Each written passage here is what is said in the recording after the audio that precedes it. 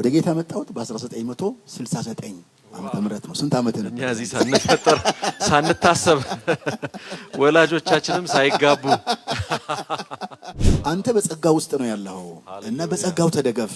አሜን። እሱ ላይ ጣለው። አሜን። አንተ የምታደርገው ሙከራ ጌታ የጨረሰውን ነገር በራስ አቅም ለማድረግ ነው እና በብዙ ምሳሌዎች ይነግሩኝ ነበር። ጸጋዬን ገፎኝ ኃጢአቴ በፊትህ ቢታይ እርቃኔ በገዛ እጄ ጽድቄን ላቆም ቅጠል ማገልደም ለምኔ።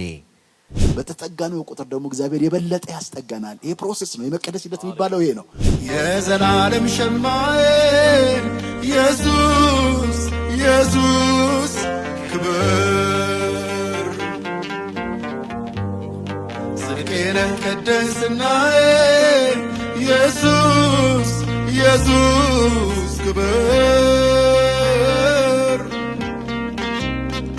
የመርገም ጨርቄን ጣልኩኝ ኢየሱስ ኢየሱስ ክብር አንተን ለብሼ አማርኩኝ ኢየሱስ። ጌታ ገሌን ባርኮታል ሲባል የጸሎት ህይወቱ ተለቆለታል፣ የጸጋ ስጦታዎች በስተውለታል ነው የሚባል። እንደዛ ነው 100% እላለሁ። እና ይሄም ከዚህ ጋር የተያያዘ ነገር በፍጹም አለ በምድር ነገር በፍጹም